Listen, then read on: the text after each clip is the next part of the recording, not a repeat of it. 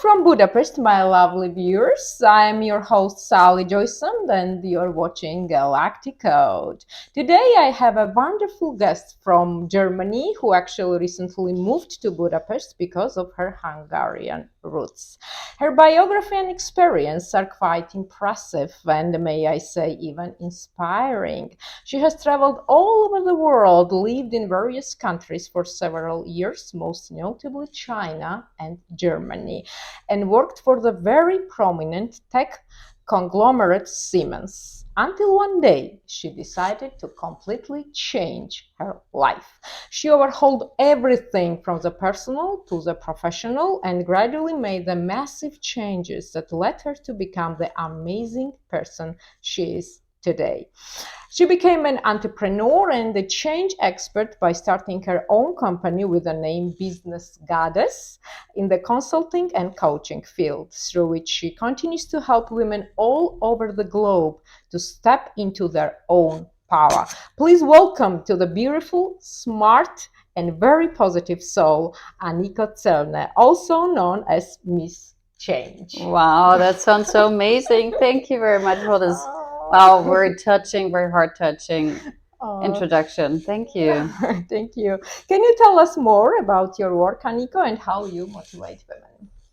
Yeah, I'm like you said, I'm Mrs. Change, and it is actually something that I did not define myself. It was really a customer who was like, "Oh, you're Mrs. Change." I'm like, "That's it. I'm embodying change because change has been always part of my life, my personal life, but business as well."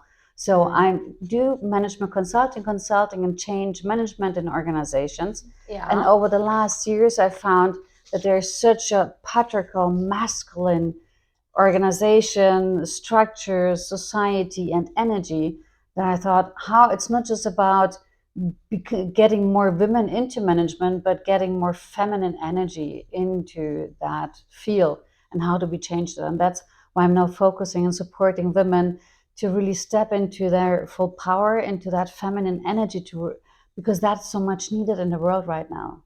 Yeah, I agree with you. Let's talk a little more about spiritual aspects of your business. What is the meaning of women's energy and how does it work? We all have masculine and feminine energy, men and women as well. For women, especially for the last 3 to 5,000 years, it was a really challenge to keep that feminine energy because the patriarchal system is actually telling us not to live this feminine energy. This is suppressing this feminine energy because we have the power to create new life. We are living and embodying cycles of the nature, and that is even connected to the universe, and that's where we get into the spiritual path, that we are so much more, even sometimes that we don't ourselves don't know what actually happens, but we are so much connected to so much more. Like when a lot of women work together, even the menstrual cycle is adjusting to each other.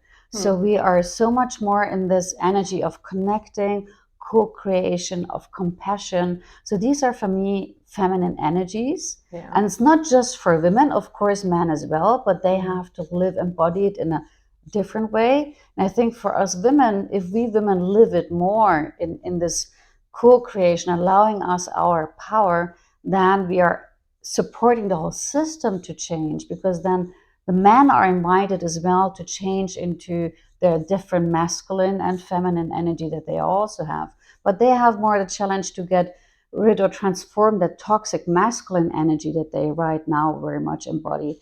And we have to like really step into that feminine energy that for me is a lot about beauty, joy, and power as well. And not just beauty in the way of like the patriarchal system is telling us what beauty means for a woman, but to Yeah. really accept ourselves and to really live this diverse beauty that women have, the different shapes that we have, the different colors, different ways that we have, and to really fill that with joy. And that gives us a lot of power. And as more we step into this power, we are changing the whole system. And not by fighting, by really embodying, embracing that, and taking that power. Yeah, so interesting. What is a key or suggestion to opening up and allowing the energy to flow into you? The first, and that's, for example, why I'm writing this book as well, we have to become aware as women how many lies that patriarchy is actually telling us. Mm-hmm. Because we think that some parts are of being part of a woman, but it's not. It's part of how the patriarchy wants us women to be. Mm. But before the patriarchy, we lived in matriarchal systems, and there, for example, women were not bitchy. Of course, you don't like every person that you meet in your life, but it was not like per se that women don't like each other. And the patriarchy is telling us, if there are too many women, they're bitchy and they don't like each other, they become jealous. But that's not our true nature. Our true nature is that we're supporting each other in all the different ways we are. So in the matriarchy, the grandmothers, mothers, and women who were not mothers were all living together and supporting each other, and everyone had their role in this community. And right. For example, this is one thing that I think is really important for women, that we more connect as women, support each other. Mm-hmm. This does not mean that we all have to be best friends. Yeah, right. Yeah. But I still can in business support another woman, or like even if someone is asking me, can you recommend someone for a job? I can recommend someone.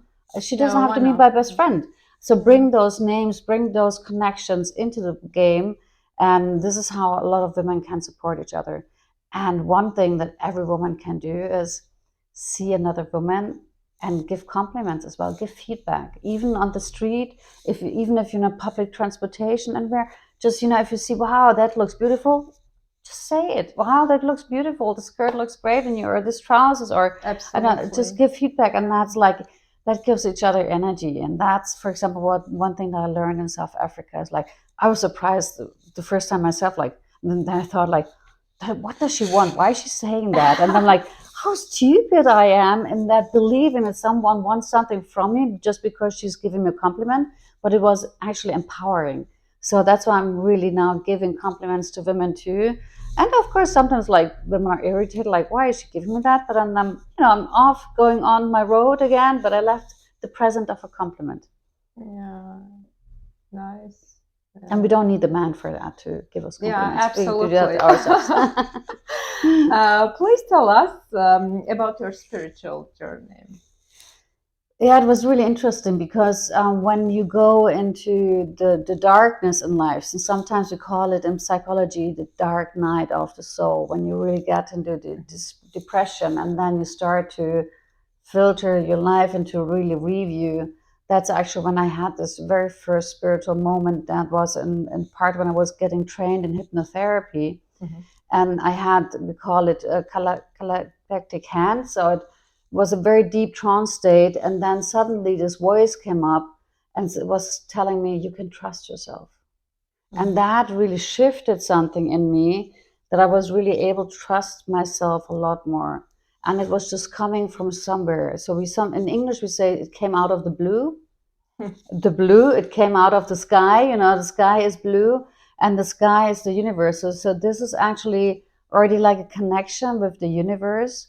So when things come to you, it comes out of the blue because you're like, with computers, you're downloading it out of the cloud on a bigger cloud. Right. And that's when it first started. And then when I went more and more into this trance work and generative trance work, hypnotherapy, and then my own spiritual path, great, great teachers like Stephen Gilligan, Robert Dills, Jean Houston in the US, amazing teachers. And the more you get into this inner work, the more you see, oh, there's so much more in that spiritual path that we actually just have forgotten. Mm. And for thousands of years, humans were always dancing, chanting, taking some herbals or plants that were helping them to connect to the higher self. And that was always part of human nature. We just forgot about it, or said it does not exist because you cannot prove it scientifically. Yeah, right. But now, the interesting part that now with the quantum physics, there's a lot that we can even prove. Mm-hmm. More and more, the more we can really see that, we really can prove that there is a quantum field. It's not bullshit. It's really scientifically proven. So I always say, meanwhile, it's not just spiritual, like, okay, I have, put the candles on, but there is really scientific proof on that there's so much more than we perceive. Yeah, absolutely. And they're still in quantum field. They're still like working on it Yeah, to know more because we don't know basically yeah, anything about it. It's yeah, a piece of like what we know is yeah, nothing yeah. basically. It's a few percent. Yeah, quite interesting. Meditation and yoga are very well practiced in spiritual fields. What do you think about meditation and yoga and how helpful might they be? I'm not doing yoga myself, not yet. Oh, It's on my list. okay.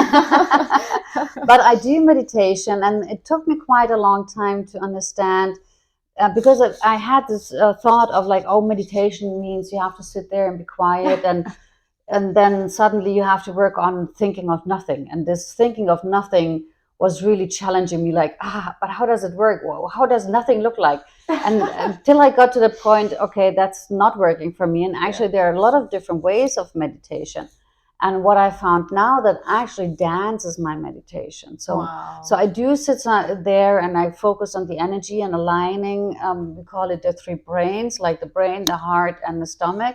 So that's where I sit and I meditate. But the deeper meditation I really get through movement. So for me, it's dance. And there are really a lot of like wonderful dance movements, like five reverence dance and other techniques where you get into and listen to your body and just let it flow. And Mm. then, because even in hypnotherapy, we say that your unconscious is talking through your body. And through this dance meditation, I let my unconscious connect to the bigger self, and Yeah, it right. lets express myself without me Hmm. thinking, okay, what is the next movement?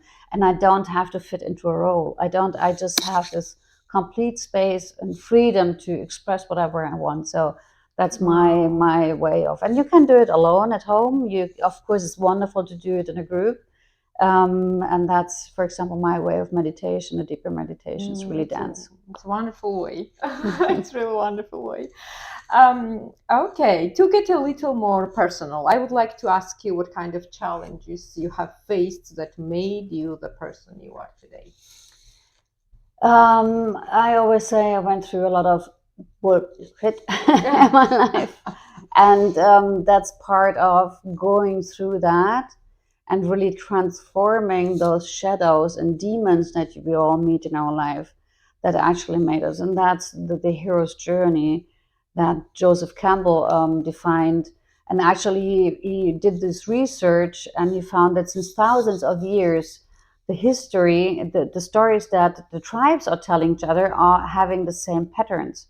So you have this village where you live in or family, and then you get this calling or you get kicked out, and then you go into the shadowland, you fight the demons. Then there are these archetypes who support you in the journey, and then you have this big fight. And actually, you just win when you transform the demons into strength because you realize that you cannot fight them. So even our shadows, it's about really how can we transform them. And even when I have coachings, people are like, how can I get rid of that? I don't want that anymore. I want to get rid of it. I'm like, the way you're trying to get rid of it, it's guaranteeing you that it stays Yeah. with you. So it's always Yeah. like embracing it and starting even a dialogue. So what can this demon or shadow of you tell you in a strength, and then transforming it and creating a dialogue, and then that's what we call integration, and then part of like healing. And it's not just for ourselves, even transgenerational trauma and all these things are interesting. And the more you work with it, the more challenges you get. So it's not like, okay, I ticked off the five biggest challenges and then I'm done for the life. No. No. Then you're like, welcome to the next level. Here are the next challenges on the next It level. never ends, It's like right? in a computer game, like, well, you have been to the room, but now on a different level. So it's a continuous work, but it's like with anything. In the beginning, it's hard work because you have to Mm. learn the skills. But the more you get into it, and more you embody and integrate it, the not easier it becomes, but the more it's like, I have seen the situation. Oh, I know what to do now, and I know what the ego means now, and I know how to handle that. So, and that's the nice part about working that. It's becoming a very rewarding journey. Oh, very interesting. What are some mistakes you wish you could have avoided? I don't talk about mistakes. Yeah, I deleted mistake out of my vocabulary. I just talk about learnings. learnings. And of course, there are some learnings that when I could travel back into time, I would a little bit of adjust maybe some situations, Yeah. but I would most of it I would do it again because I need those learning situations to become the person I am today. Yes.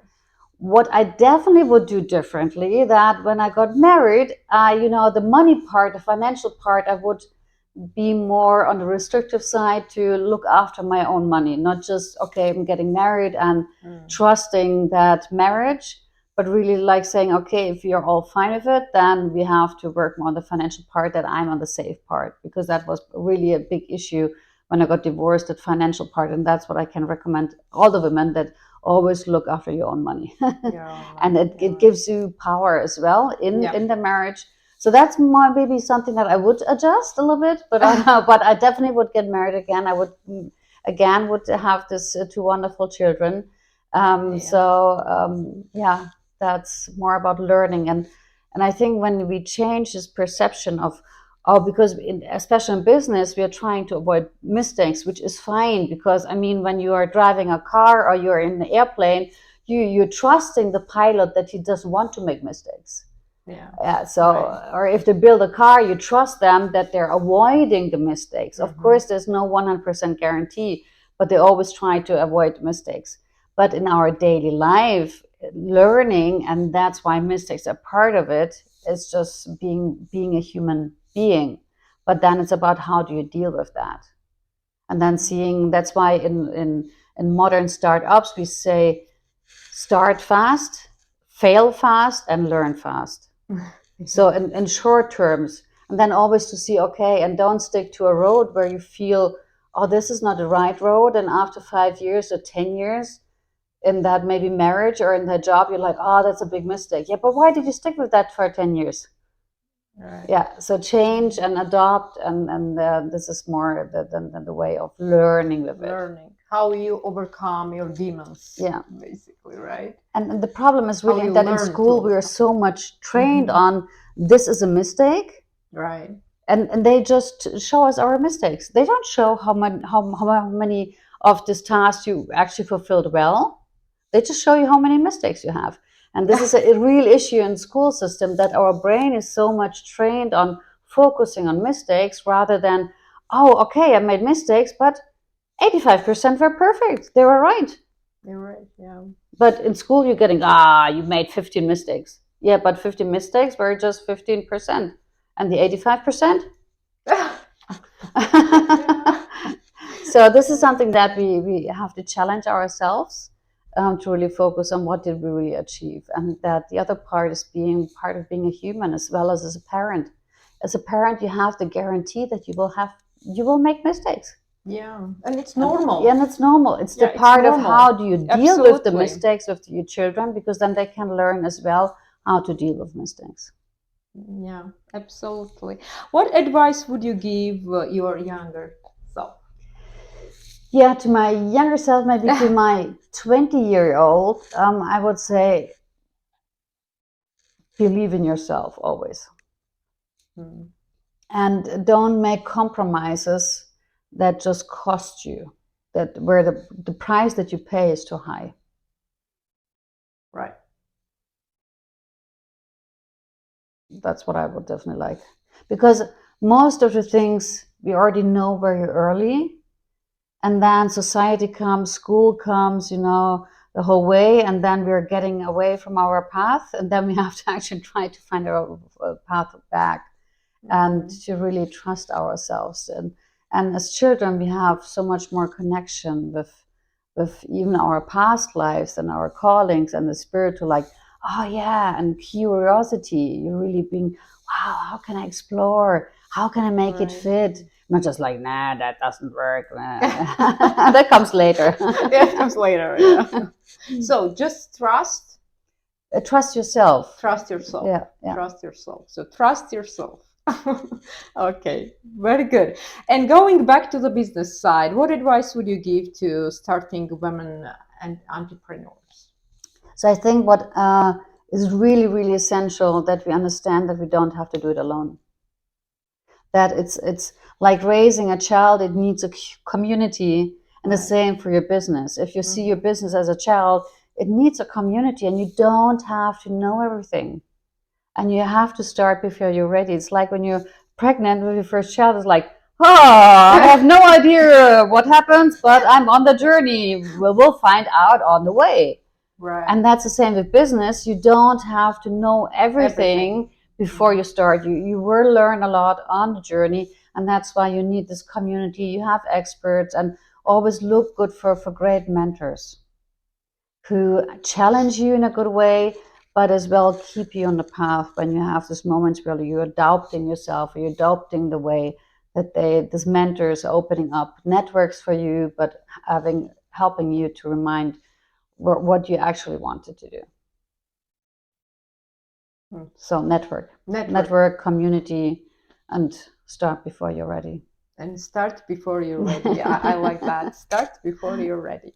What is your favorite motivational quote?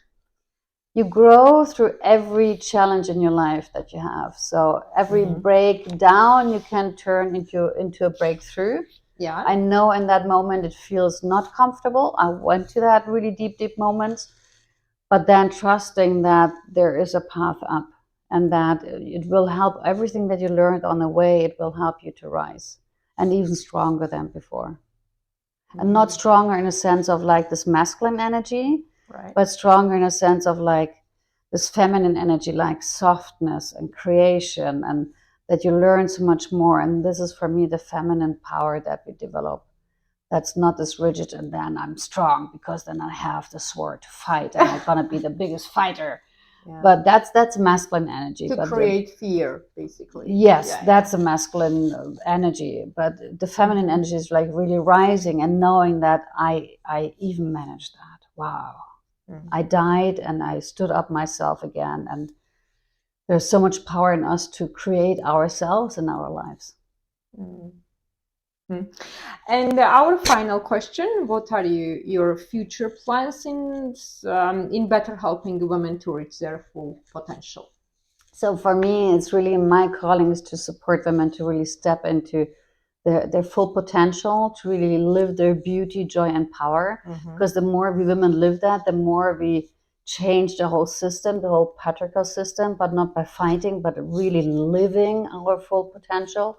And for that, we have to unlearn a lot of things. And that's why I'm writing a book, Unfuck Womanhood, the 8 biggest lies about being a woman and how to overcome them.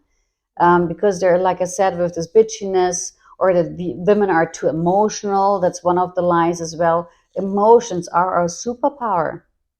Right. This is our superpower because we are not suppressing them. Men are emotional too. They have all this wars because of emotions. Right. But they're having difficulties to control them. So actually our emotion to go with the emotion, and even in our monthly cycle or later on in menopause, we're going through all this transformation and change. And that's where, for example, that's why I say we are the embodiment of change. Right. Because we're continuously, every single moment, every month we are changing in a way. And that is one of the superpowers. So if you develop the superpowers more and bring them into the world, we don't have to fight the man.